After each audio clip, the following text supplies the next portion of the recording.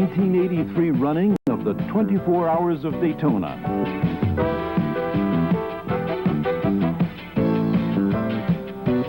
Mazda returns to Daytona with 2 titles to defend after taking both the GTO and the GTU class victories in the 1982 edition of this renowned 24-hour International Motorsports Association endurance race.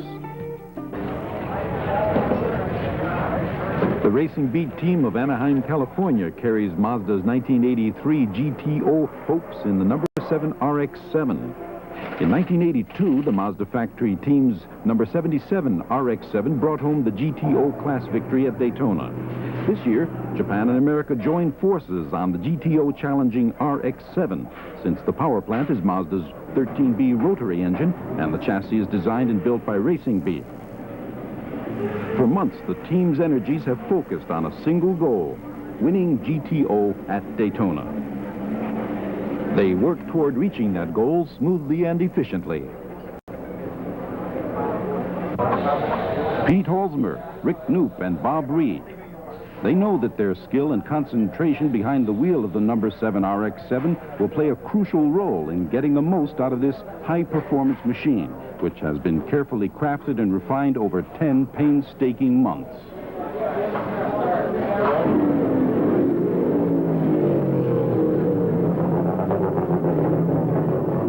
The first true competitive test of the car begins. It's time to qualify for the race. Racing Beat's starting position for the race hinges on how quickly its RX-7 can circle the Daytona track.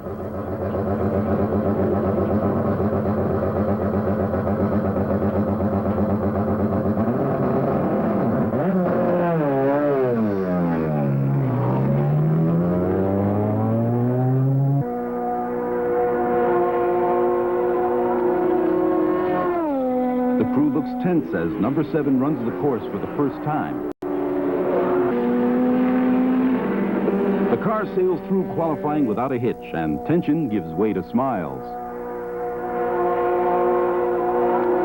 We've just completed the qualifying run, and you can see the fellows are working hard on it. The car went beautifully. The Mazda ran like a top. The Bridgestone tires worked great. We couldn't have asked for more. I was really happy with the car. After its flawless run, the number 7 RX-7 heads to the paddock, where its qualifying engine will be replaced by a power plant designed for the actual race.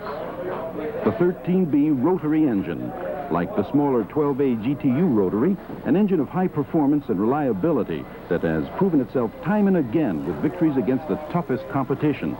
An engine of which Mazda is justly proud. We started our racing department in 1977, and the first year that we entered in the Sports Car Club of America. The first year we got a championship beating the Nissan cars with Stu Fisher with an RX-3. In 1978, we won the championship in the RS series of IMSA. Walt Bourne won it. 1979, 1980, we won again. The Mazda line has done an exceptionally good job. We started in 1979 with the RX-7 with 2 Japanese entries from Mazda factory in Japan. And since that time, like today, we have 10 cars that will be entered.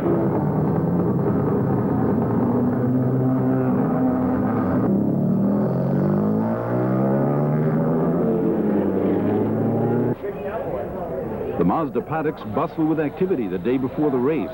With 2 titles to defend and a number of strong competitors, this is no time to rest.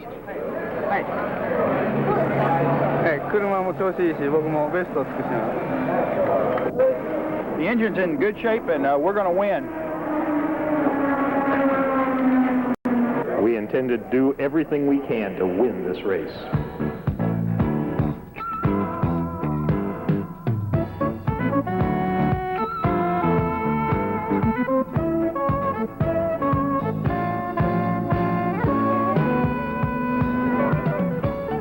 Saturday, February 5th, the cars flood the grid in preparation for the 3:30 start. Of the 20 GTU class entrants, half are Mazda's 12A rotary-engined RX-7s. 19 machines will compete in the exotic GTP and GTX classes. The number 7 RX-7 is one of 40 GTO class contenders. Among the competition are Porsche Carreras, 924s and 934s, and the BMW M1.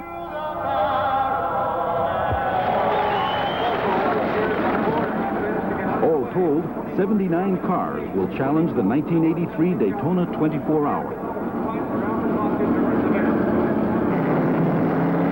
At 3:30 p.m., the field follows the official pace car for a slow lap around the track prior to the start.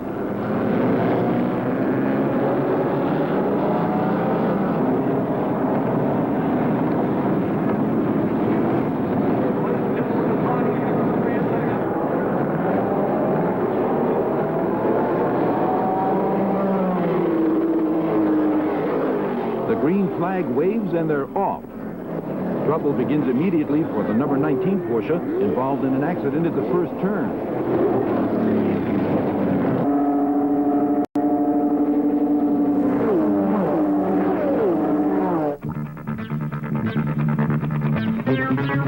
Trouble also for the number 24 Porsche, which catches fire in the pits.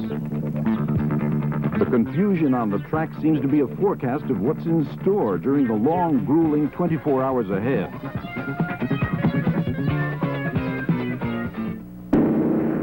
The number 6 Porsche, which began the race in the pole position, the number 10 Lola, and other strong contenders suffer early problems that force pit stops. Running first overall at the end of the race's first hour was the GTX class number 86 Porsche 935, driven by Hurley Haywood, Bruce Levin, and Al Hobart. The Racing Beat RX-7 had already advanced 8 positions from its starting spot and was running beautifully in the 15th spot overall, 5th in GTO.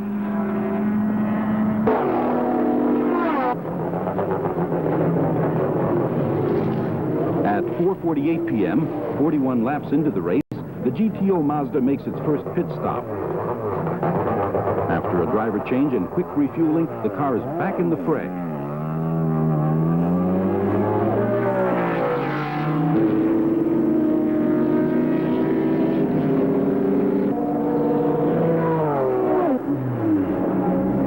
The leader suffers turbo problems and falls back. Bob Aiken's number 5 Porsche 935 hits the banking wall and slides across the track at the race's 2-hour mark. Out comes the pace car to slow the field to a cautious pace while debris is cleared from the track. By race's end, the pace car would take to the track so often that some spectators might have mistaken it for one of the competitors. In the midst of the chaos, the GTO RX-7 has maintained its strong, consistent lap times and climbed into the 7th position overall.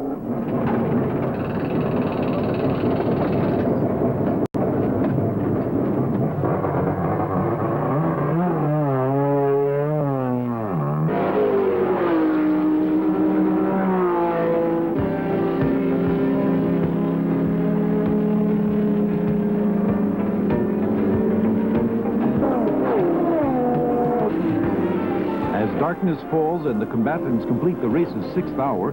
The Racing Beat RX-7 takes over the GTO lead and holds an outstanding 3rd overall position. The RX-7 continues its march without missing a beat as the night wears on.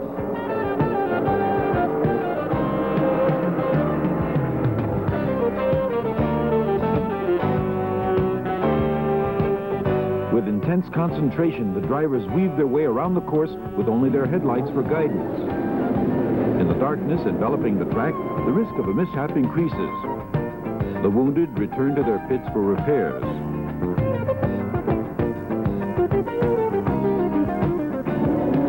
At the halfway point, 12 hours from the start, the number 7 GTO RX-7 and the number 92 GTU RX-7 lead their respective classes.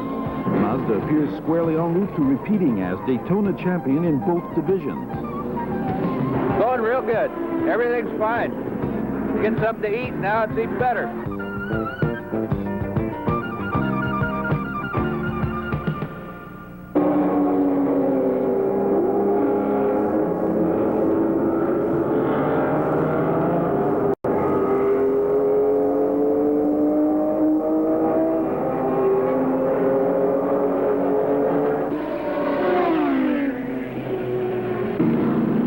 massive bank of rain clouds that moved in under cover of darkness shows itself as morning breaks on the track. A minor scrape with another competitor has left the GTO RX-7's front end with cosmetic damage. Despite the dramatic-looking tape on the air dam and fender, the car's mechanical componentry just keeps going strong.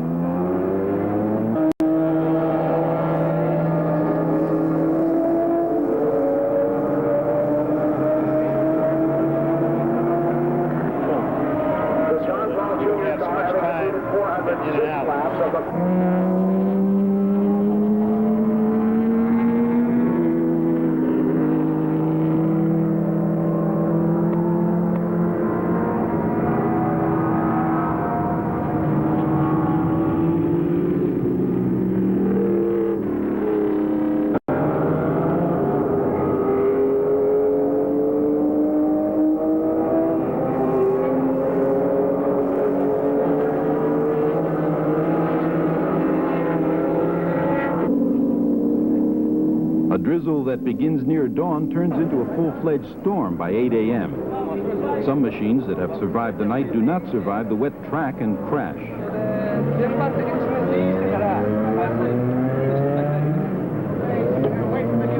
Racing Beat and the Bridgestone tire crew confer on what tires to put on number 7 to fight the rain. The wet track can be both a problem and a blessing.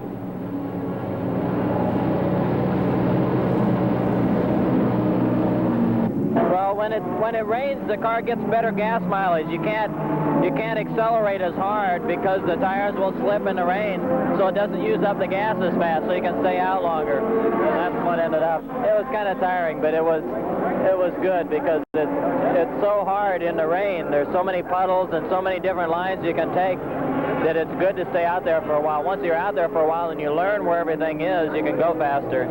So we were lucky.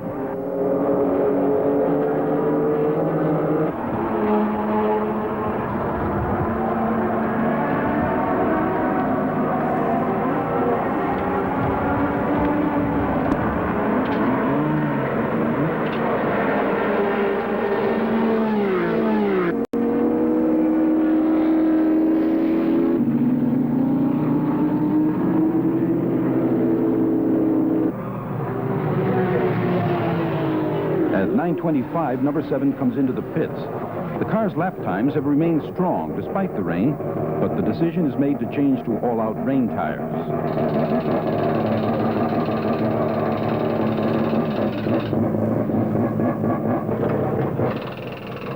The change takes less than 2 minutes. The GTO Mazda, with rain tires on all 4 wheels, heads back to the action. The rain pelts the track and the competitors. Many of the competitors spin. The lucky ones recover and come into the pits for rain tires, repairs, and driver changes. Racing Beat's entry ticks off the laps and the waning hours of the race like clockwork. As parts of the race course become submerged deeper and deeper and the going gets even more treacherous, track officials make a tough decision. For the first time in its history, the Daytona 24-hour is red flagged, temporarily stopped, when the rain and winds reduce visibility on the course almost to zero. The race was stopped for nearly an hour. Shortly after noon, action resumed. The number 6 Porsche 935 leading the race had A.J. Foyt at the wheel.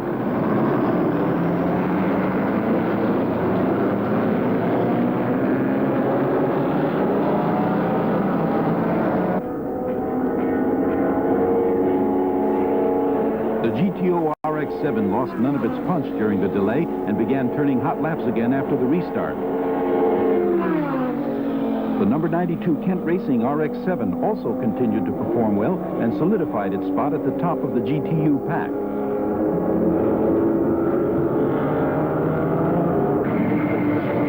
At 2:30, 1 hour from the finish, the Racing Beat car made its final refueling stop. The GTO RX-7 need go but 1 more hour and 3rd place overall, highest ever at Daytona for a Japanese manufacturer, will be assured.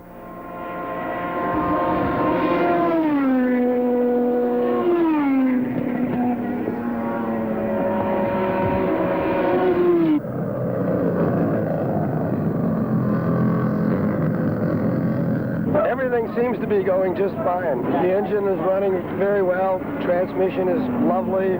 We don't see any problems at all with the car. We just hope we can finish at this point. The number 77 rotary-powered GTP car, in its first race ever, is also making an impressive showing, having taken over the 8th position overall. In all 3 classes in which it's entered, Mazda's rotary engine is going the distance. At 3:30 p.m., out came the checkered flag, ending the struggle against not only the competition, but against exhaustion and the elements as well. Of the 79 cars that started, just 29 were still running on the last lap. I'm really happy for when something like this happens. I'm really happy for the fellas that work so hard for it. The Mazda people, the Bridgestone people, the Akai people that supported us. Jim Meter, who put the team together for Racing Beat, and all the guys on the crew. Those guys work so hard for it, and so many times it doesn't work out. It's really neat to see them enjoy it. That makes me feel good. Kent Racing's effort with the number 92 RX-7 has completed Mazda's 2nd straight year of sweeping both GTU and GTO at Daytona. The jubilation in Victory Circle punctuates Mazda's outstanding showing at the 1983 running of the 24 Hours of Daytona. But the race and the challenge do not end here. Mazda moves on toward the next goal, the next hurdle, with an eye always fixed on excellence. Excellence both on the track and beyond the checkered flag.